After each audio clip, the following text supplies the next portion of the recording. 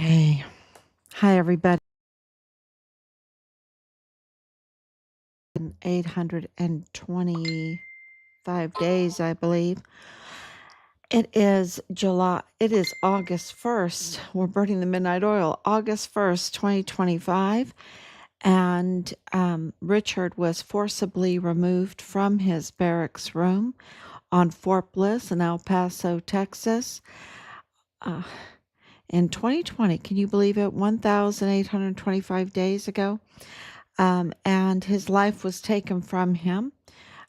He was silenced by his chain of command, his cartel-tied chain of command. I would say treasonous chain of command. If you have not kept up with this case, it is shocking. You have to really prepare yourself for this case, how shocking it gets, the betrayal to the highest level, and so we have been working very hard for 5 years to get answers, and so here we are telling everyone this story that is backed by hard evidence. Every day we come on. It seems like every day is breaking news, and today is no different. We did find out breaking news. We did find out. Let's see if this is running and you can hear me. If I'm on, yep, there it is. We come on. Okay, so breaking news. We have found out the woman that was engaged with the director of DPS of the Department of Public Safety, the top cop. They were engaged in some frisky business, handsy business in a parking lot in El Paso. They were caught on camera.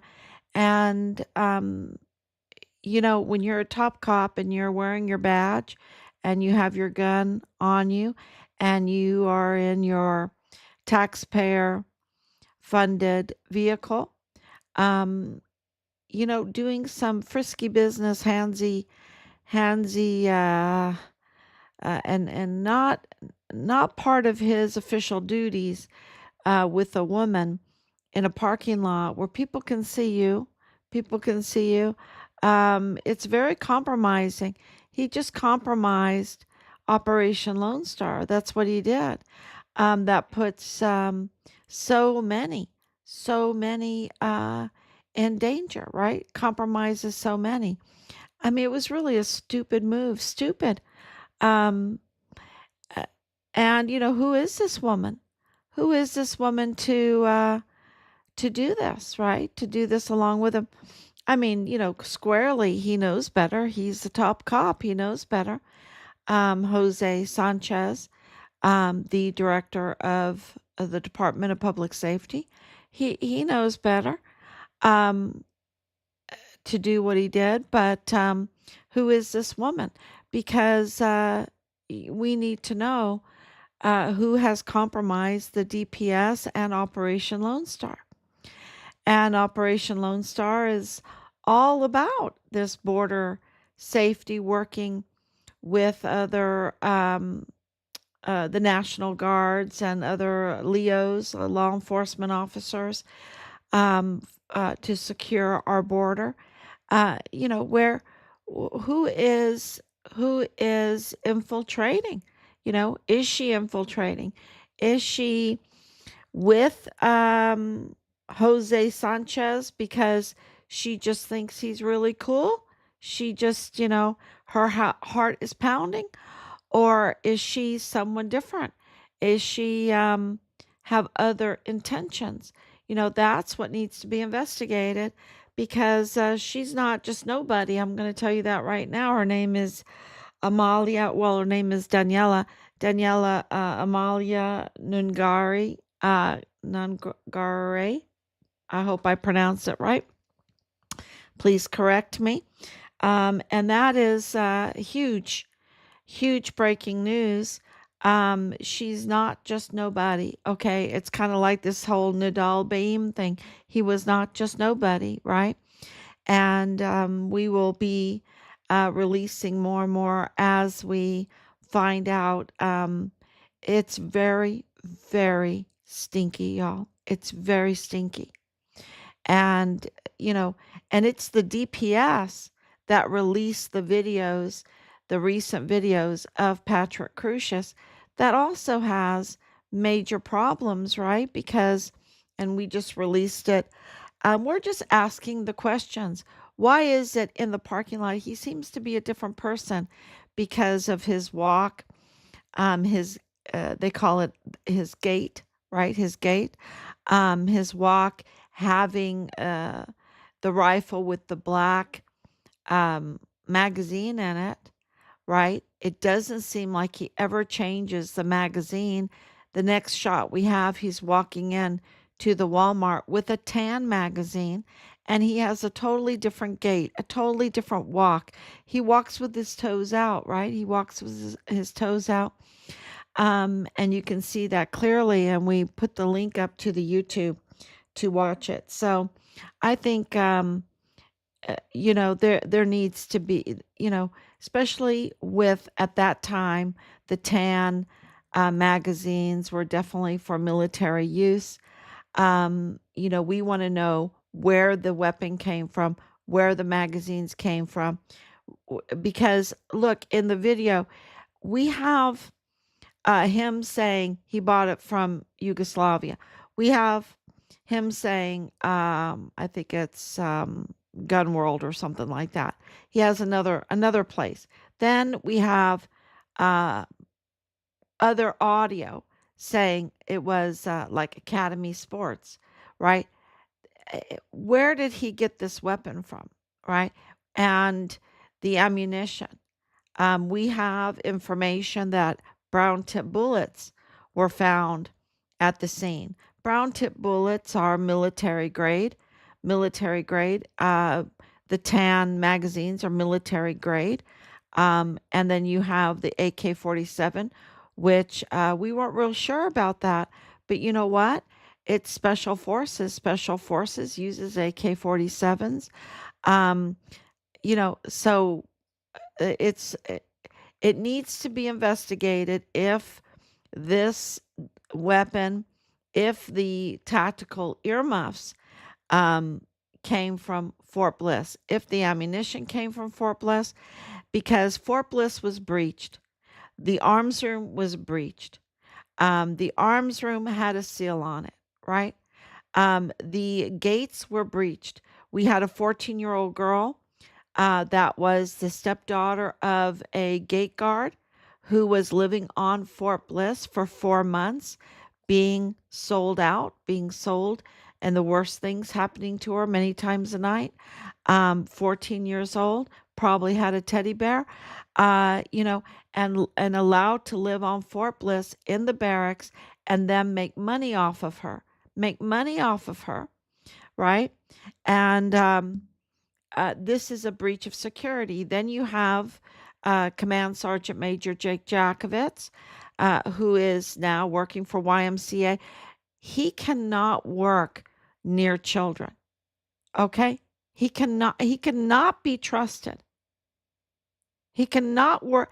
They brought in young girls. He told us this to our face. They meaning Clem Coward, Major General Clem Coward, and him brought and director Tom Kane, right? Because Tom Kane, director of emergency services, in charge of all the gates, gave the passes for this to happen during the lockdown, and they brought in young girls. We were told how it all happened by witnesses because the gates were shut down at the time, but these girls were allowed to wait there in cars. Civilian cars came and got them, carfuls of them. We were also told that these girls, very young, were like mules. They would bring in substances to the parties. This was arranged by the command sergeant major and Major General Clem Coward. That's what we were told, that they were allowed to come in. We were also told by General David Stewart, Brigadier General, now Major General Stewart, which he absolutely needs to be stripped from his uniform. Same thing with Clem Coward, with no benefits at all, stripped totally. What they have done is so egregious. It is so egregious. And and he told us that they were having um, audits that of course, we were told the IG were all over the barracks because of Halliday, and we were told that they were having audits. The barracks were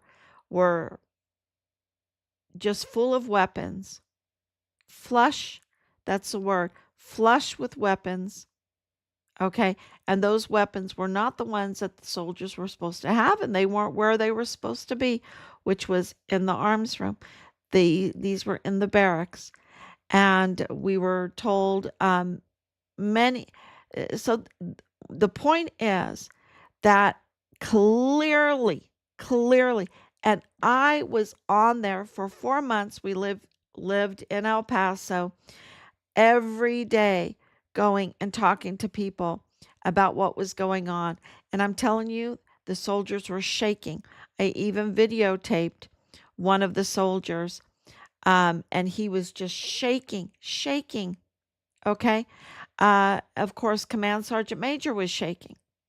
Of course, Captain Yoshida was shaking, crying. He was crying. Okay. So this was not normal behavior for for soldiers, right? This was not normal behavior. They were clearly um, very upset, so upset that it would cause them to cry and to shake. And the that absolutely corroborates, and we know for sure with all the hard evidence, that Fort Bliss, the security was breached. The security was breached. That's, you know, and then Richard's unit was infiltrated by cartel. We that is already confirmed and established because of Jonathan, Caleb, and Brees. We give the names. We tell you how it is. It was absolutely breached in itself with cartel. So this these naysayers, like it could never possibly happen, and we have other cases that have been reported where they found gun smuggling, ammo smuggling, equipment smuggling from military bases. We just had a Chinese man that was in um, California arrested with shipping containers full, and they and in the military they call them tactical move storage units. They had shipping containers full of military stuff, from uniforms, everything, stuff. And those shipping containers were the stuff that came from Texas. That has been confirmed. And the stuff that was in there, shipping containers, was going to North Korea. It was going to North Korea. You can look that up. And I should post that again because that's very relevant in all of this, because there are people that cannot grasp that there was a breach in security, and that breach could even allow fuel to be smuggled, weapons to be smuggled, uh, arms to be smuggled, those magazines to be smuggled, equipment like tactical earmuffs, right? Tactical earmuffs could be smuggled, and that this was going on. There is no doubt in our mind that this is like such a high possibility. I would say 98% that this was going on. Okay. And Richard was reporting on it, because we even received information that even vehicles were being smuggled. And so, absolutely, we know there were breaches in the security. We know there was infiltration in the security. We know that the director of emergency services in charge of the entire security of Fort Bliss was compromised. We know he was compromised in a very intimate way with Leilani Hart. Um, and of course, Richard's platoon leader was Dallas Hart. We know that he was absolutely compromised in other ways when it comes to the VA and IDS Pablo and VA disability benefits. Um, this it just seems like that was a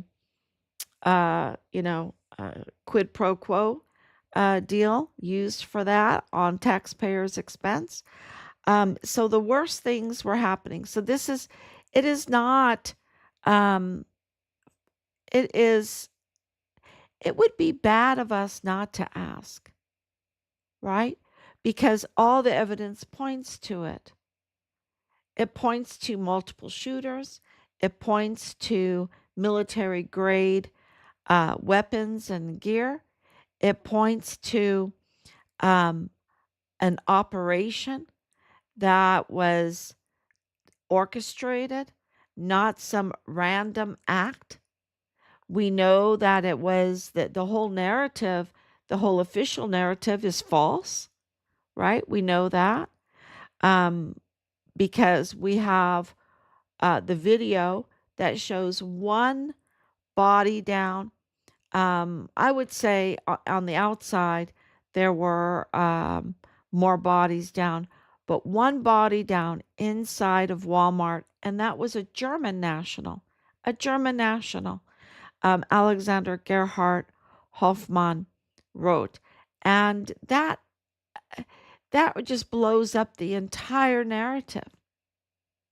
And we know that Patrick Crusius is totally connected to El Paso in the biggest way. I mean, how did they ever think that they could get away with saying that he wasn't connected to El Paso when it is like, I think it's more of his home than Allen, Texas is. It is, he is so connected in very important ways, like with the DA's office, like with the FBI's office, with like the federal courthouse, with Walmart cybersecurity, with Texas Tech University Health Science Center.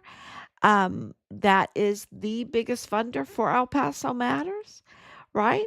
So that compromises Bob Moore in this. He should absolutely have recused himself, but no, he kept it silent. That Patrick Crusius, for the longest time, if it wasn't for us, people wouldn't know that Patrick Crusius's family were the Mayellas and so connected. And that Texas Tech University Health Science Center is the main funder of El Paso Matters. Um, it's it's very, and then to know that DES Thomas Kane was compromised by Leilani Hart, that has her family in the CID there on Fort Bliss. And not only that, but in mortuary operations. And not only that, in Richard's platoon, being the platoon leader. Um, and also in the VA as IDES Pablo, right? Disability benefits. Um, and then for Bill Hicks, he just compromised himself with Leilani Hart too.